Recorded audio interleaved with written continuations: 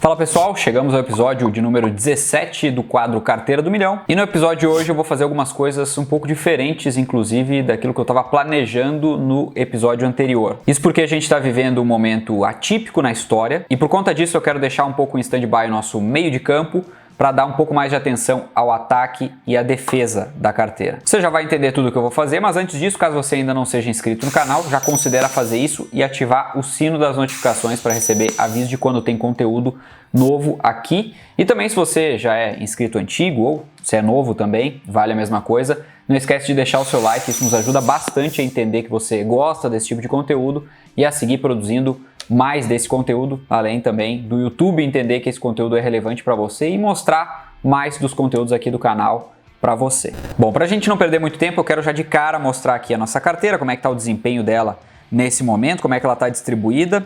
Então, a gente tem aqui no Trade Map ela aberta, a gente está com um capital aqui hoje de R$ 37.176,94. Faz alguns meses aí que o capital, apesar dos aportes, tem subido pouco, né? Inclusive, quando a gente olha para a nossa carteira, dentro dos últimos 12 meses, a gente está até perdendo para o Ibovespa, né? Óbvio que a composição da nossa carteira é bem variada, mas isso tem muito a ver também com a queda do dólar, a queda recente do dólar, como a gente tem alguns ativos dolarizados na carteira, também acaba puxando um pouco para baixo, sendo que a única coisa que andou, digamos assim, nos últimos 2 ou 3 meses foi justamente, né? Se a gente pegar aqui, tirando logo aquele comecinho de 2022, né, acho que foram ali os primeiros 15 dias de janeiro, depois dali para frente a Bolsa Brasileira andou, a Bolsa Americana não andou, o real se apreciou frente ao dólar, então dentre os ativos de risco, o que mais se beneficiou foram justamente as ações brasileiras. Porém, vale destacar aqui também que alguns setores dentro das ações seguem sofrendo bastante, principalmente os setores de tecnologia, setor de varejo e setor de construção também. As construtoras na Bolsa de Valores também vêm sofrendo bastante. Todas essas são prejudicadas por altos níveis de inflação e também os consequentes aumentos sucessivos nas taxas de juros, né? Principalmente falando aqui a nossa taxa interna, a nossa taxa Selic que baliza toda a economia. E a expectativa do mercado, dado o momento que a gente está vivendo, ela tem se renovado a cada dia que passa para novos aumentos, né? Além daquilo que era a expectativa meses atrás, novos aumentos da taxa Selic e aumento também da inflação. Então isso tudo acaba pegando em cheio, atingindo em cheio essas empresas desses setores principalmente. Então, como a gente tem aqui essas empresas na carteira, né? Tem empresas que sofrem com isso na carteira, como por exemplo Cash 3, né? Melius sofre pra caramba com taxas de juros mais elevadas.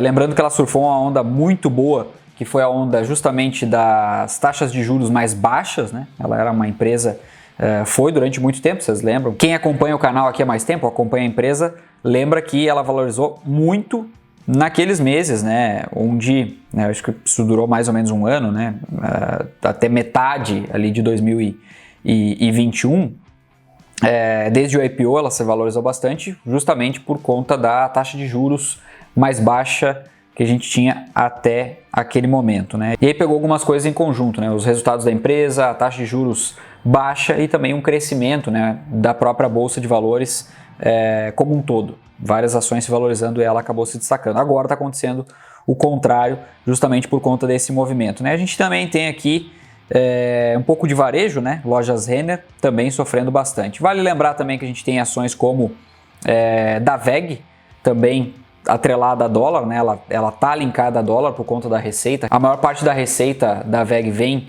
em dólar, então por conta disso, né? O recuo do dólar, isso também acaba prejudicando por esse lado a receita da WEG e aí acaba prejudicando também o preço das ações, né? Mas tirando isso, a carteira vem desempenhando razoavelmente bem pelo momento, né? Tirando aqui essas exceções, tanto é que não tem uma diferença tão grande assim para o Ibovespa, mas esse ano a carteira vem apanhando mais sim.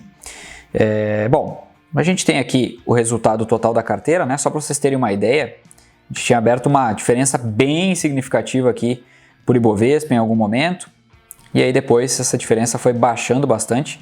Hoje ela está aqui pequena, né? Menos de 7% de diferença, carteira com 20%. No total, o Ibovespa com 3,73%. A diferença vem diminuindo. Vamos ver se a gente consegue manter acima do Ibovespa ali. Óbvio que a gente vai, aos poucos, diminuindo o risco da carteira, esse é o objetivo. Por isso que quando eu trabalho ataque, eu trabalho defesa também. Então, você pode ver aqui que a carteira era, no começo, muito mais volátil do que é agora, né? Então, ela tem oscilado menos, embora o desempenho não esteja tão positivo quanto no passado. Então, aqui um panorama geral. A gente tem aqui também os dividendos, né, que é um dos objetivos da nossa carteira. Mês 2 aqui foi aquém do mês 1, e agora a gente vai ter aqui o mês de março. Ainda não recebemos nada de dividendos dentro do mês de março, mas em breve vão começar a cair os dividendos. Já para o mês que vem a gente consegue ter essa análise mais detalhada. O que importa é que nos meses onde a gente recebe de ações, né, geralmente é isso, acaba subindo bastante o dividendo em relação aos meses anteriores, mas contando aqui somente fundos imobiliários, como foi o caso aqui de fevereiro de 2022, a gente está aqui com um número de R$ 58,48, né? Ele está crescendo esse número mês após mês, conforme a gente vai investindo, obviamente, em fundos imobiliários e ações. Porém, nesse mês, especificamente, não é o que eu vou fazer, eu não vou investir nem em ações, nem em fundos imobiliários. Já vou mostrar uma coisa aqui para vocês. Está aqui aparecendo na tela agora para você, então, nosso sistema de alocação inteligente. Eu já tenho aqui o aporte do mês, R$ 2.074,34, os 2.000 que é praxe aqui dos nossos aportes, né, os nossos últimos aportes. O dividendo de R$ 40,88 desde o último aporte, já somei aqui, e também a sobra do mês anterior de R$ 33,46. E o que é que eu vou fazer esse mês? Notem aqui que a gente tem a carteira razoavelmente equilibrada, né? Faltando um pouquinho aqui em estoques, faltando um pouquinho aqui, um pouco mais, aliás, em cripto. O que é que eu vou fazer esse mês então? Vamos lá. Tem o racional para as duas coisas que eu quero te explicar de maneira bem resumida. O primeiro aporte vai justamente para aquela classe de ativos que está para trás, ou seja, Bitcoin, criptoativos. E por que eu vou fazer isso? Está bem claro já no nosso sistema de alocação inteligente, está pedindo o aporte ali maior em Bitcoin, é isso que eu vou fazer, só que eu vou fazer um aporte ainda maior do que está pedindo ali pelo seguinte: já que nós temos nesse momento uma mudança de cenário desde o último episódio, que é justamente a guerra Ucrânia e Rússia, mas que vai muito além da guerra Ucrânia e Rússia, para quem está acompanhando, existem várias sanções de vários países contra a Rússia, e eu não vou falar sobre isso nesse vídeo, mas o fato é que essas diversas sanções acabam acarretando em mais inflação, já que quando a gente reduz aquilo que os países comercializam entre si, o que acontece é que eu tenho uma demanda não suprida ali, e isso faz com que os preços das coisas subam bastante. A gente está vendo isso, por exemplo, agora no trigo, no petróleo, no gás natural, e são diversos os países que estão sofrendo com isso tudo, com essas sanções. Não é só a Rússia que sofre, embora ela seja o país mais atingido. Ela é, afinal de contas, a segunda maior exportadora de petróleo do mundo e abastece grande parte da demanda lá da Europa de gás natural. E o racional é o seguinte: se a gente vai ter muita inflação, significa perda do poder de compra, ou perda do valor do dinheiro, porém isso é algo que não atinge diretamente o Bitcoin. Muito pelo contrário, a gente viu inclusive em 2020 que esses grandes desequilíbrios acabam ajudando o Bitcoin. Quando a gente tem mais moeda ou muita inflação no mercado, parte do dinheiro acaba indo sim para o Bitcoin, que é um ativo finito, a gente precisa lembrar disso. E também ele tem outra característica, que é ser descentralizado, ou seja, ele não está nas mãos do governo. O governo não pode, por exemplo, emitir Bitcoin ou impedir que você transfira Bitcoin para outra pessoa. E também em momentos assim a gente vê a importância do Bitcoin, inclusive lá na Rússia, para os cidadãos russos, e lá na Ucrânia para os cidadãos ucranianos. O Bitcoin acaba sendo nesse momento uma alternativa a qualquer outra moeda que esteja bloqueada, seja pelo governo, seja pelas próprias instituições, coisas que a gente viu nos dois países. E quem tem criptomoedas, quem tem Bitcoin, pelo menos daquela parte do patrimônio, está livre disso, dessas sanções ou dessas proibições de saque, negociações e tudo mais. E você pode ter certeza que tanto os russos quanto os ucranianos, que estão ali na dependência dos governos, estão vendo agora o Bitcoin com outros olhos. Gente que inclusive não cogitava ter Bitcoin deve estar cogitando por lá agora. Mas como o Bitcoin é um ativo naturalmente, até o momento, muito mais volátil, inclusive do que bolsa de valores, eu vou investir uma parte em Bitcoin e uma outra parte que vai ser a nossa defesa, que não tem um potencial de valorização tão grande quanto o Bitcoin, aliás, é um potencial limitado, mas acaba nos protegendo, dentre outras coisas, também da inflação.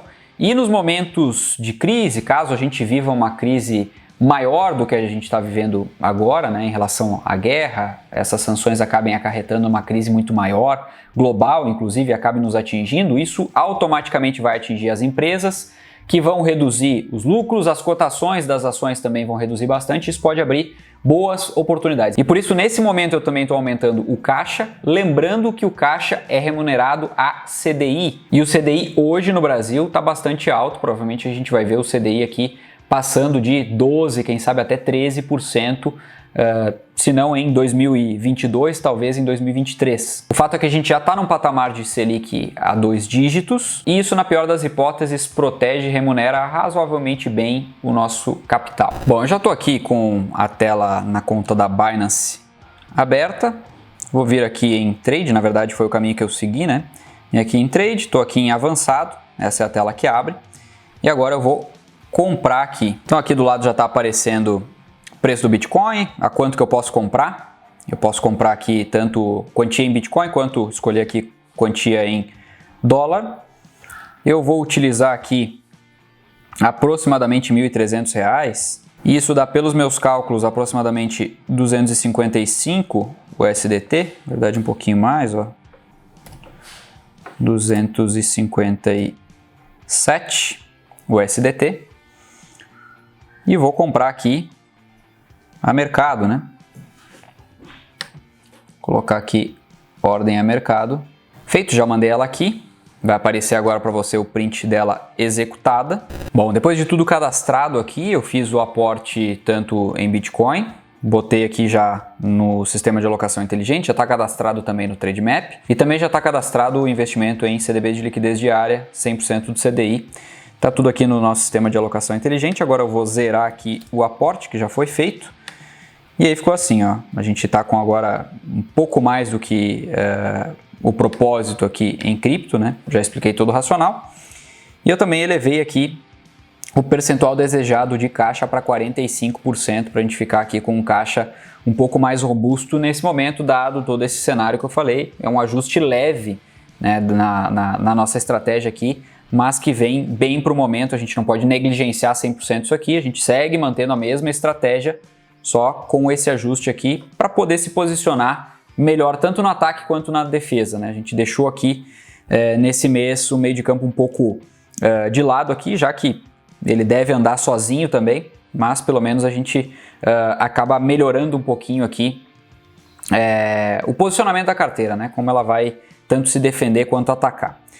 Então aqui a gente tem, no momento, faltando um pouco mais em BDRs, lá no exterior, isso já era fato, né? Já estava faltando um pouquinho ali no início, então era natural que fosse faltar, e um pouquinho em ações aqui. Isso a gente corrige aí no mês que vem, vamos ver como é que as coisas vão estar até lá. Provavelmente alguma definição de estudo a gente deve ter, e aí sim, quem sabe a gente pode aproveitar boas oportunidades aqui, com inclusive, dentre outras coisas, o caixa um pouco mais robusto. Bom, dito isso, eu fico por aqui. Espero que você tenha gostado do episódio de hoje. Se esse foi o caso, fica à vontade para compartilhar ele com quem você quiser. Caso você queira utilizar algum dos links aqui, queira investir em criptomoedas também, não tem uma exchange de confiança, eu recomendo sempre o uso da Binance, que é a exchange que eu uso, é onde você viu aqui eu utilizando, né, ou comprando Bitcoin. Inclusive, ela é a maior do mundo, tem as menores taxas, o maior portfólio de ativos disponíveis e funções também. Você consegue lá, através da Binance, investir, por exemplo, em NFT, consegue fazer compras e vendas diretas também com outros usuários. E, enfim, caso você queira abrir conta, eu vou deixar um link aqui no comentário fixado, basta clicar nele. Tem também um bônus para quem abre conta através desse link, que é 10% de cashback sobre as taxas que a Binance cobra direto na sua conta, e também $100 para investir para quem completar algumas tarefas